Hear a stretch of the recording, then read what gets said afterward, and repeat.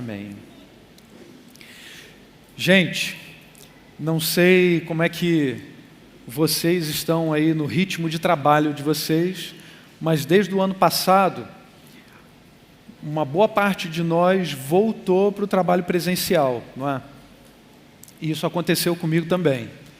E aí quando a gente volta para esse ritmo normal do trabalho, é assim, acorda cedo, dorme tarde, não é? Aí a televisão mostra uma coisa, você vai no ônibus, aí você vê outra. E aí nessa agitação, a gente pode se perder na nossa devocional.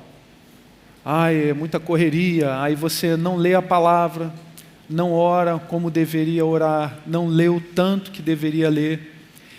E aí eu tive que colocar em prática todas aquelas dicas que eu tinha dado há algum tempo atrás para os meus irmãos que estavam enfrentando dificuldades nas suas devocionais. Cara, eu acordo muito cedo, durmo tarde, é uma correria, como é que eu faço? Coloquei em prática. Cara, pega todos os aplicativos, tudo que você puder, a cada minuto, a cada tempo que você puder aproveitar, leia a palavra, ore quando acorda, ore antes de dormir, ore nas refeições. E aí, no ônibus, nem sempre dá para a gente ler a Bíblia. Então eu usei o aplicativo e ouvi a palavra. Quando dava para ler, eu lia. Quando não dava para ler, eu estava sempre ouvindo a narração da palavra lá no aplicativo. Gente, só nessa dinâmica, eu li Gênesis, eu li Gênesis pelo menos 2 vezes, agora no mês de janeiro. Alguns trechos, porque às vezes a gente se distrai, eu li pelo menos umas 3 vezes. Aí li Êxodo, aí depois tinha que me concentrar para a palavra e comecei a ler outros textos. Então o negócio funciona. No meio dessa correria toda, a gente consegue ir para a palavra, ler intensamente a palavra. Então a gente não tem desculpa. E aí nesse mergulho, nessa leitura intensa da palavra, a gente começa a perceber algumas coisas que se repetem. E aí no Antigo Testamento a gente percebe como Deus falou intensamente e de modo especial a alguns dos seus escolhidos. Vocês já sabem os nomes, né? Abraão, Isaac, Jacó, José, Moisés. E paralelamente àqueles pactos que Deus firmou com Adão, mas depois firmou, que é o pacto que a gente mais fala com Abraão, né, a antiga aliança. Paralelamente a isso, Deus faz uma série de promessas. Deus fala várias coisas a esses escolhidos especialmente, mas fala para eles entregarem também um recado ao povo. E a gente vê isso se repetir na vida dos profetas. Uma série de promessas ditas aos profetas que são transmitidas ao povo. Então, por todo o Antigo Testamento, a gente vê essas promessas acontecerem. E aí eu me perguntei, porque a minha leitura primeira estava lá concentrada no Pentateuco, eu me perguntei, e as promessas de Jesus para a sua igreja? O que Jesus promete à sua igreja? E aí eu encontrei algo muito precioso no Novo Testamento. A gente sabe que o Novo Testamento está cheio de promessas também para a vida da igreja, para a nossa vida em especial, mas um trecho em especial comove demais a gente. Um trecho lá no Evangelho de João, no capítulo 17, quando Jesus ora por si, ora pelos discípulos e aí ora também por nós. Ora também pela igreja. Mas antes da gente chegar nesse trechinho, do capítulo 17 de João, eu quero que você tenha atenção para entender esse momento, a oração de Jesus por nós, pela igreja, e as promessas que Deus deixou ali para nós. Eu quero que você se lembre do contexto, tá? Jesus, ele está prestes a ser crucificado. O Evangelho de João, ele faz questão de pontuar momentos no ministério de Jesus pontuar esses momentos com as festas judaicas. Então, esse momento aqui, a partir mais ou menos do capítulo 14 de João, é a festa da Páscoa, a Páscoa judaica. E Jesus está prestes a ser entregue, se tornar a nova Páscoa, a nossa Páscoa. Ele ia passar pela morte e morte de cruz, a morte mais cruel que a gente pôde ter notícia. Jesus, a partir do capítulo 13, né, Jesus lava os pés dos discípulos, ele explicou o que haveria de acontecer com ele na ressurreição também, e ele confortou os discípulos com várias promessas. Algumas delas acontecem como ecos, vocês vão lembrar, por exemplo, em João 14, ele diz assim: vou preparar um lugar para vocês, e quando eu for e preparar lugar, voltarei e os levarei para mim, para que vocês estejam onde eu estiver. E ao longo desse capítulo ele continua, ele diz outras promessas: digo a verdade, aquele que crê em mim fará também as obras que tenho realizado. O que vocês pedirem em meu nome, eu farei. Se vocês me amam, obedecerão aos meus mandamentos, e eu pedirei ao Pai, e Ele dará a vocês outro conselheiro, para estar com vocês para sempre, o Espírito da verdade. O mundo não pode recebê-lo, porque não o vê nem o conhece, mas vocês o conhecem, pois Ele vive com vocês, e estará em vocês. Porque eu vivo, vocês também viverão. Não preciso dizer os versículos, leia o capítulo 14 todo depois. Gente, são muitas promessas que Jesus faz para a sua igreja.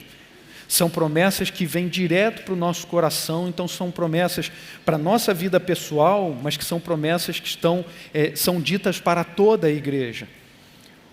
E aí a gente sabe que desde a eternidade, a partir da ótica da eternidade, todas essas promessas já se cumpriram. Mas para nós, algumas delas, nós que vivemos aqui nessa dimensão ainda temporal, algumas delas nós aguardamos com esperança. Por exemplo, a volta de Jesus. Jesus prometeu aqui: eu vou voltar e vou levar vocês para um lugar. Essa promessa a gente está aguardando.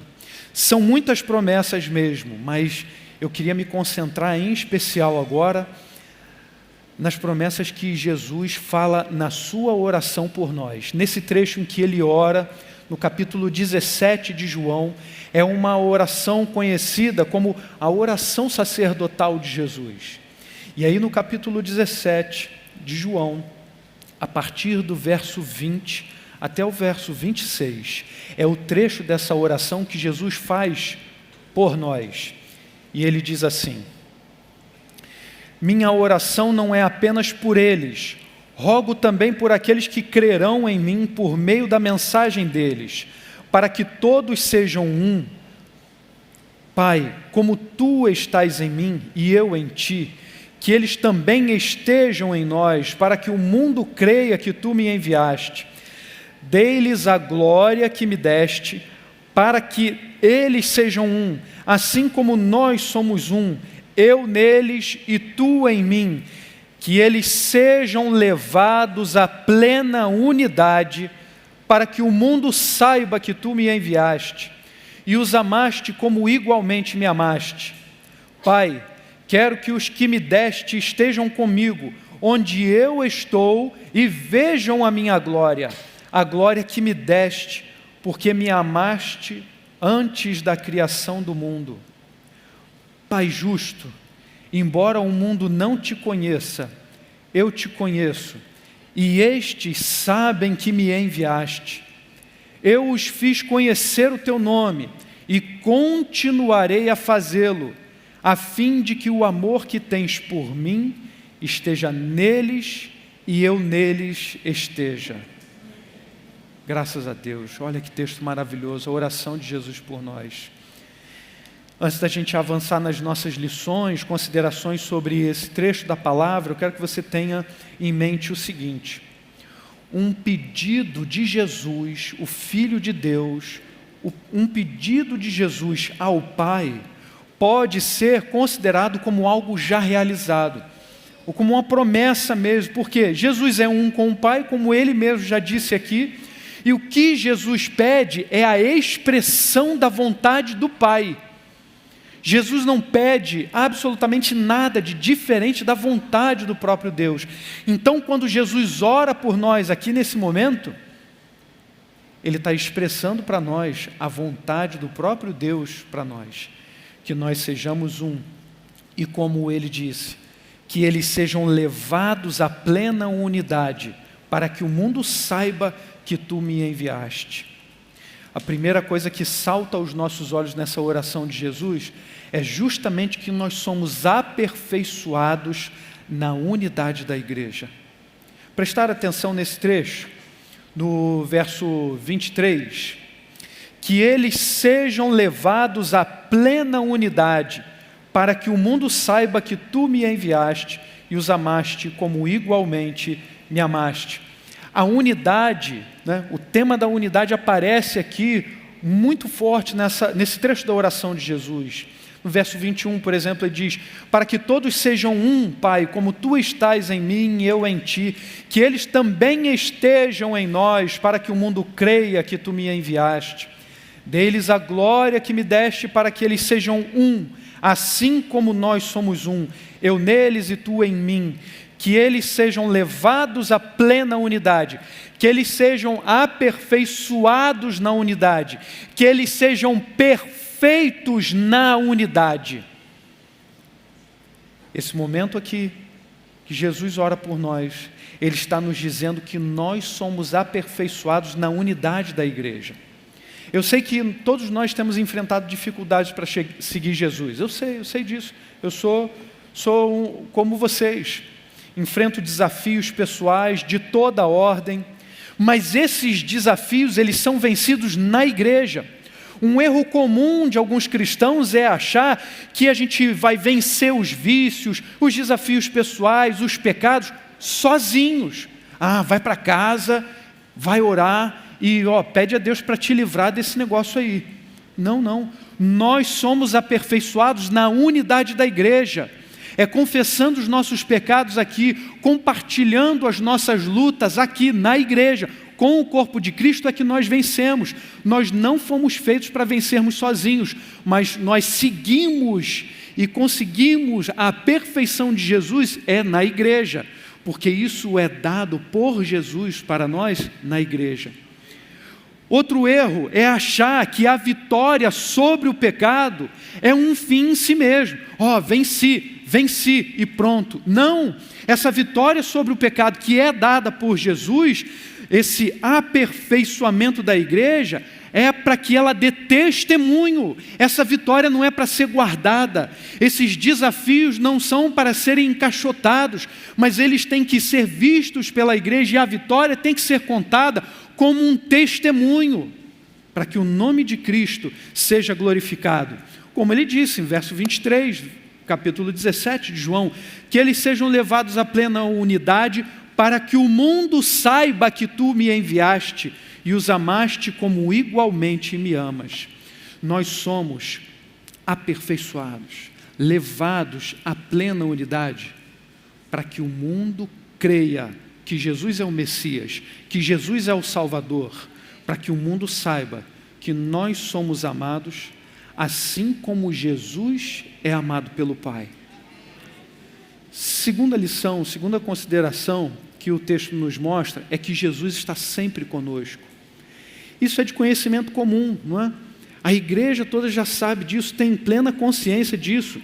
Olha o que ele diz no verso 24: Pai, quero que os que me deste estejam comigo Pai, quero que os que me deste estejam comigo onde eu estou e vejam a minha glória, a glória que me deste, porque me amaste antes da criação do mundo. Eu lembro de uma situação que a gente viveu quando a pandemia estava assim, bem braba. A gente estava no meio daquele isolamento forçado, por toda essa situação. E aí houve um momento que a gente não podia nem se reunir para cultuar Jesus. Só podia vir aqui uma parte da equipe, vinha o pregador e transmitiu o culto online. E aí nesse momento, um irmão querido nosso, eu creio ele foi inspirado por Deus para dizer uma frase que marcou aquele momento e que continua marcando a nossa vida até hoje. Nós estávamos em isolamento. A gente estava afastado um do outro, mas ele disse mais ou menos assim: apesar do isolamento, vivemos todos na presença de Deus. E é verdade, gente, é verdade.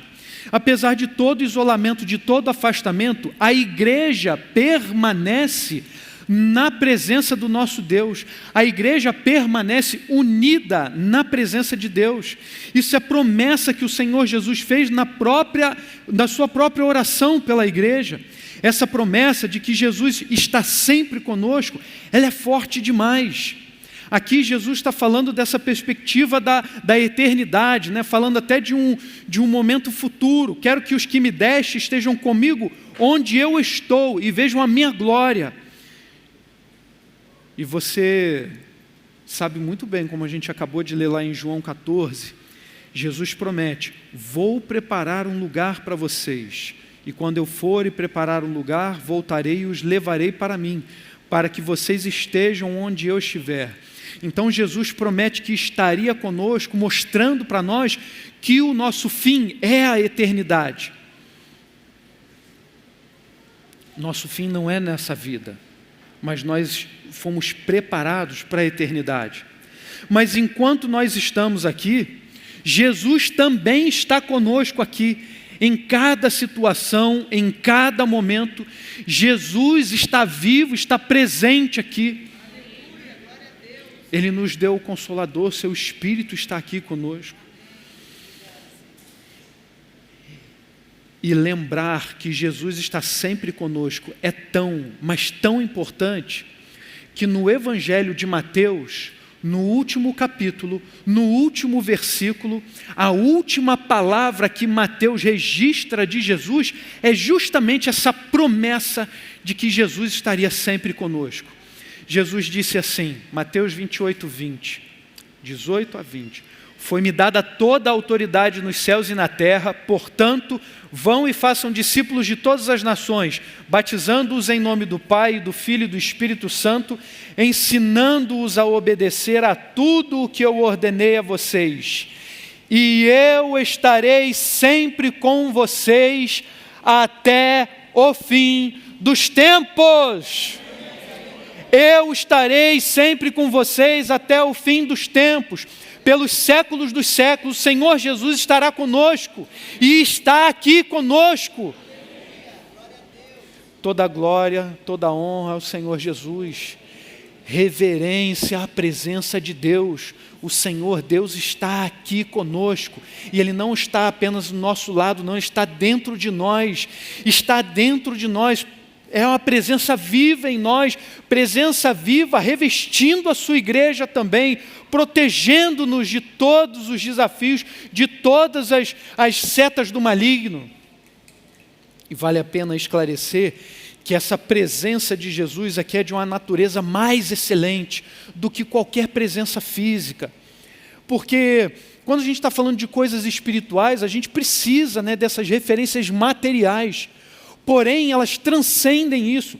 E é isso que o autor de Hebreus tenta explicar para nós lá no capítulo 12. É muito linda essa passagem, porque ele faz uma comparação com o que aconteceu lá no Sinai. Lá, o autor de Hebreus explica, lá vocês se aproximaram de uma realidade palpável. Deus aparecia como uma coluna de fogo, como fogo, o fogo consumidor no alto da montanha, guiou o povo como uma nuvem durante o dia, uma coluna de fogo. A presença de Deus era notada através de barulhos estrondosos, né? As traduções antigas diziam clangores, né? Ou seja, barulhos assim ensurdecedores. A presença de Deus era notada lá.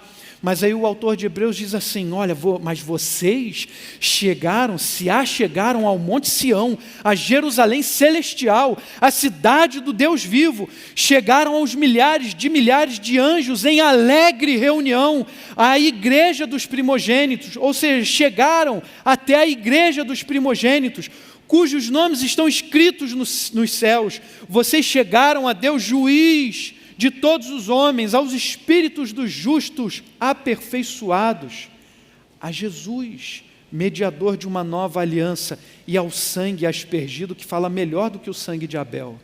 Estão entendendo? Olha a poesia que ele se esforça, que inspirado por Deus para nos entregar, para falar dessa realidade espiritual, dessa presença tremenda, viva, alegre, assim, estrondosa, que é a presença de Jesus em nós.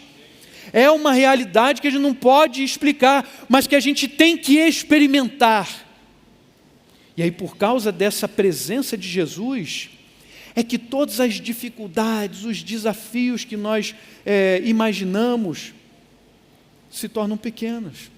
Os nossos pés estão aqui na terra, mas a nossa mente está na eternidade. O nosso coração está na presença de Jesus. O nosso coração é de Jesus, pertence a Jesus.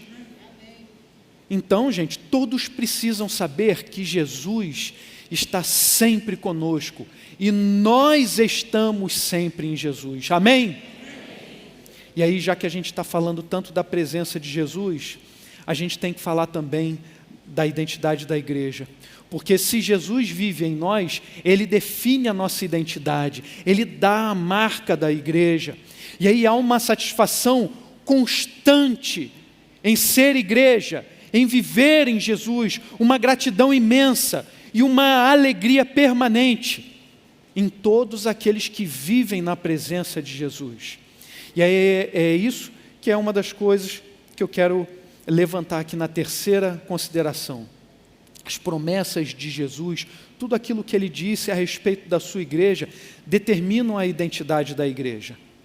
No capítulo 17, versos 25 e 26 de João, Jesus termina a sua oração dizendo assim: Pai justo, embora o mundo não te conheça, eu te conheço, e estes sabem que me enviaste.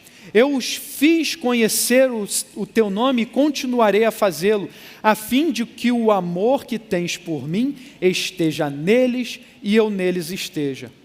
Estão percebendo? O que Jesus faz com a gente? O que Jesus faz com a igreja? Jesus se deu a conhecer aos discípulos, aos apóstolos, aos discípulos. Jesus se deu a conhecer a nós.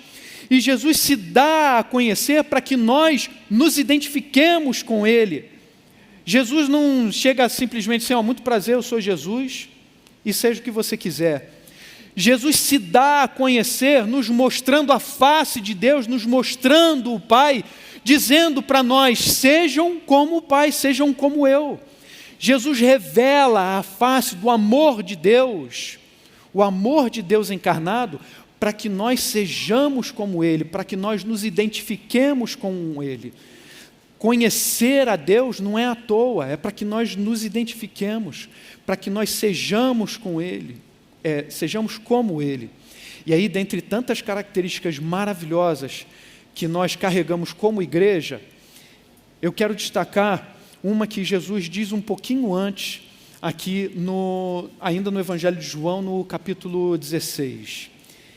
Ele fala a respeito da igreja assim, no capítulo 16, verso 22. Assim acontece com vocês. Agora é hora de tristeza para vocês, mas eu os verei outra vez e vocês se alegrarão. Vocês estão lembrados que Jesus está prestes a ser entregue para ser crucificado. Está quase indo para a cruz para entregar a sua vida pelos pecadores, por todos os pecadores, entregar a sua vida por nós. E aí ele continua: e ninguém tirará essa alegria de vocês. Vocês estão sofrendo agora, vocês estão tristes agora, mas eu verei vocês outra vez e vocês se alegrarão. E ninguém tirará essa alegria de vocês. Naquele dia vocês não me perguntarão mais nada. Eu asseguro que meu Pai dará a vocês tudo o que pedirem em meu nome. Até agora vocês não pediram nada em meu nome. Peçam e receberão, para que a alegria de vocês seja completa. Olha só que coisa especial aqui. Jesus está falando que Ele vai nos dar uma alegria e ninguém pode tirar essa alegria dele. E como nós vimos, Jesus está falando aqui da volta dele, está falando da perspectiva da eternidade, mas essa promessa a gente já sabe que já está realizada em Cristo Jesus. A gente pode ter a certeza de que esta realidade aqui, de que Deus nos dá uma alegria e que ninguém pode tirar essa alegria da igreja, isso é real, isso é prometido por Deus. Isso define a identidade da igreja. A igreja não nasceu para ser parada, para ficar prolongando qualquer sofrimento. Por causa de Jesus, a alegria da igreja é completa. Isso significa que a regra geral da igreja é ser alegre, viva, vibrante, triunfante, vitoriosa. E isso não tem nada a ver com teologia da prosperidade. Não deixe esses falsos pregadores estragarem o que há de mais belo na palavra, que é essa alegria, essa viva, esse triunfo da igreja dado por Jesus. Irmãos, a alegria que nós temos em Jesus é a nossa marca, a identidade como igreja. E todos precisam saber dessa alegria, que a alegria é completa em Jesus. E aí, sabendo de todas essas coisas, quais são as atitudes que nós vamos tomar? Eu quero destacar duas. Em primeiro lugar, mostre ao mundo o amor de Jesus. Mostre ao mundo o amor de Jesus. Antes de tudo, lembre do seguinte, João fala assim, aliás, Jesus fala no Evangelho de João, capítulo 16, verso 33. Eu disse essas coisas para que vocês tenham paz. Estão lembrados? Capítulo 14, ele começa dizendo, não se turve o vosso coração, credes em Deus, credes em mim, eu estou preparando um lugar para vocês, eu vou voltar. Jesus disse várias coisas aos seus discípulos, e nesse trecho ele diz, eu disse essas coisas para que em mim vocês tenham paz. Neste mundo vocês terão aflições, contudo, tenham ânimo, eu venci o mundo. Jesus nos promete um ânimo, promete vitória sobre o mundo, sobre o pecado. Então não tem nada que possa impedir a gente de mostrar ao mundo todo esse amor que Jesus nos entregou. Não tem nada que possa nos impedir de realizar a missão que Jesus já tinha dito lá no final do Evangelho de Mateus, mas também em Marcos. Vão pelo mundo e anunciem isso. Missão que é reverberada aqui, aparece um eco e é repetido aqui no Evangelho de João, para que a gente vá para o mundo e mostre o amor de Jesus. Eu sei que a gente vive vários desafios, e tem um em especial que me incomoda, que eu acho que tem relação com todos os outros, é a fraqueza da nossa vontade. Eu sei que a gente tem um dia a dia corrido, e por causa de tantas distrações, a gente também se envolve demais com o entretenimento. Às vezes, nos envolvemos tanto com o entretenimento, e a gente acaba buscando tanto se divertir, que orar, meditar na palavra, pregar o Evangelho, anunciar o Evangelho, acaba ficando num segundo plano. Vamos falar a verdade. Não sei vocês, talvez tenham pessoas que sejam bem mais maduras, mais santas até do que eu aqui, mas eu enfrento essas dificuldades. Eu enfrento também a fraqueza da vontade. E isso é uma coisa que não incomoda apenas a mim, a vocês, a igreja inteira. Até as pessoas fora da igreja, tanto que isso é tema de questões filosóficas. Aristóteles, lá na Grécia Antiga, se incomodava com isso. Ele estava tentando entender de onde vem essa acracia, essa fraqueza da nossa vontade. E Jesus nos mostra, sabe, eu acredito que a resposta mais eficaz a essa questão, por que nós temos uma vontade fraca para realizar coisas que Jesus já nos entregou, é por causa do objeto do nosso amor, é o quanto que a gente ama Jesus. Tudo se resume a isso. Você quer entender Deus? Deus é amor. Você quer viver a comunhão com Deus? Então tem que amar o Senhor. É a pergunta que Jesus fez a Pedro: Pedro, tu me amas? Pedro, tu me amas? É a pergunta que nós devemos fazer a nós. Capítulo 21 de João, Jesus vai a Pedro e pergunta a ele: você me ama? E pergunta 3 vezes. Jesus insiste, né? Jesus insiste. Pergunta para ele e Pedro vai respondendo: não, eu te amo, eu te amo, eu te amo. Sabe que tem uma sutileza, né? Um jogo de palavras ali nesse texto, mas a gente vê em outro momento.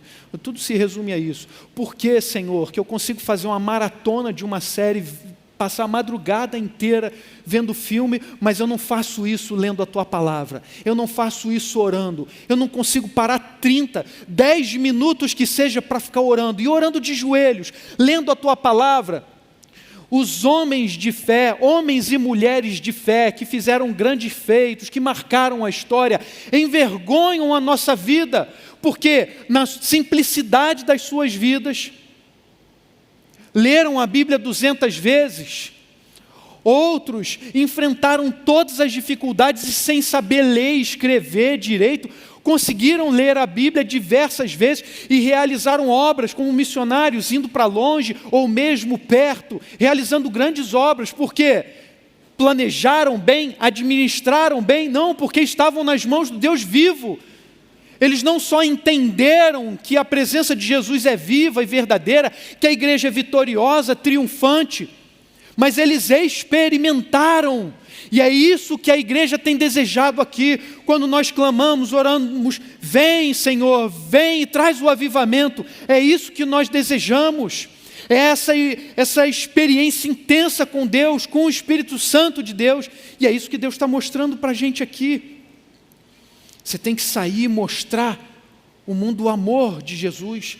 Não espere que algo de extraordinário aconteça, mas realize isso, porque a obra é de Jesus e ela já foi realizada. Jesus ora, não é? João 17, 25, Pai justo, embora o mundo não te conheça, eu te conheço, e estes sabem que me enviaste. Eu os fiz conhecer o teu nome e continuarei a fazê-lo. Jesus nos fez conhecer o nome dele, e ele diz: continuarei a fazê-lo, a fim de que o amor que tens por mim esteja neles e eu neles esteja. A gente não vai para o mundo mostrar o amor como uma ideia bonita ou um conceito que nós aprendemos.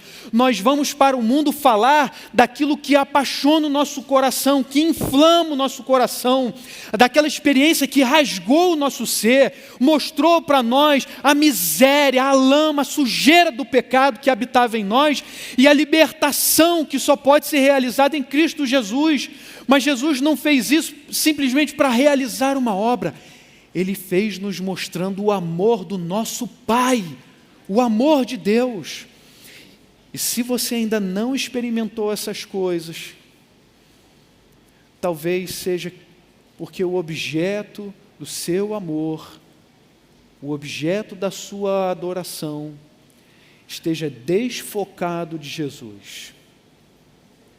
Para que esse amor de Jesus está em nós?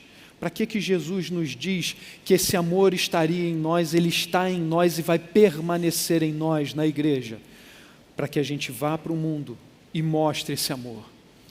Então não faça nada menos disso, menos que isso. E a segunda aplicação, segunda coisa que a gente deve fazer: trabalhe em favor da unidade da igreja. Trabalhe em favor da unidade da igreja. Essa é a ênfase que aparece na oração de Jesus quando ele fala a respeito de nós, daqueles que viriam a crer, quando ele fala da igreja, que eles sejam levados à plena unidade, para que o mundo saiba que tu me enviaste. Você deve estar atento ao detalhe que aparece aqui na oração de Jesus, que é Jesus pedindo ao Pai que levasse a igreja à plena unidade. No entanto, isso não pode estar na sua mente como uma postura passiva, em que nós relaxamos e de maneira preguiçosa a gente ora ao Senhor: Senhor, é o Senhor quem há de nos levar à plena unidade? Então o que nós devemos fazer é simplesmente descansar no Senhor. esse texto da oração de Jesus precisa ser entendido à luz também de outro texto da palavra de Deus, que é Efésios 4, no verso 3. Façam todo o esforço para conservar a unidade do Espírito pelo vínculo da paz. Façam todo o esforço para conservar a unidade do Espírito pelo vínculo da paz. Se você ama a Jesus, se você está firme nas promessas de Jesus, então você há de trabalhar pela unidade da igreja. Cada um de nós, como um elemento constitutivo da igreja, como um átomo ou uma molécula, um tijolo aí nessa fortaleza da Jerusalém celestial do Senhor, que é a igreja. Gente, cada um de nós tem responsabilidade de zelar pela unidade da igreja, cuidando não só da nossa fidelidade, do nosso amor a Jesus, mas cuidando também dos nossos irmãos. Então não faça nada que fira a unidade da igreja. Promova a unidade da igreja, seja um pacificador, demonstre o amor de Deus, mostre não apenas para o mundo o amor de Deus, mas mostre aos seus irmãos a bondade, a misericórdia, a longanimidade, também para os domésticos, também para os nossos irmãos. E aí concluo dizendo o seguinte: com uma promessa, não é a promessa final, mas mais uma promessa de Jesus, que ele entrega dessa vez a Pedro. Quando Jesus fala a Pedro a respeito da igreja, nenhum mal pode abalar a igreja. Jesus diz assim, quando Pedro faz a confissão dizendo: Tu és o Cristo, o Filho do Deus vivo. Respondeu Jesus: Feliz é você, Simão, filho de Jonas, porque isto não foi revelado a você por carne ou sangue, mas por meu Pai que está nos céus. E eu digo que você é Pedro, e sobre esta pedra edificarei a minha igreja, e as portas do inferno não poderão vencê-la. E as portas do inferno não poderão vencê-la. Todos precisam saber que a igreja é vitoriosa, que a igreja é triunfante, que o mal nunca vencerá a igreja. E é isso que nós devemos anunciar. A igreja unida em Cristo jamais será vencida. Amém? Glória a Deus. Então vamos orar. Bendito Deus, amado Pai, obrigado pela Tua palavra, Senhor. Quanta coisa maravilhosa nós vimos aqui na Tua palavra, e nós te pedimos que isso permaneça nos nossos corações, que isso afete os nossos corações tão profundamente, Pai, a ponto de que a gente não se desvie para nenhum outro foco, mas estejamos firmes em Jesus, sendo levados à perfeição através de Cristo, Pai, para que o mundo conheça o Teu amor, o amor revelado em Jesus e o amor que vive em nós por meio de Jesus, Pai. Te pedimos tudo isso em nome do Teu Filho amado, nosso Senhor e Salvador Jesus Cristo, Pai. Amém. Amém, Senhor.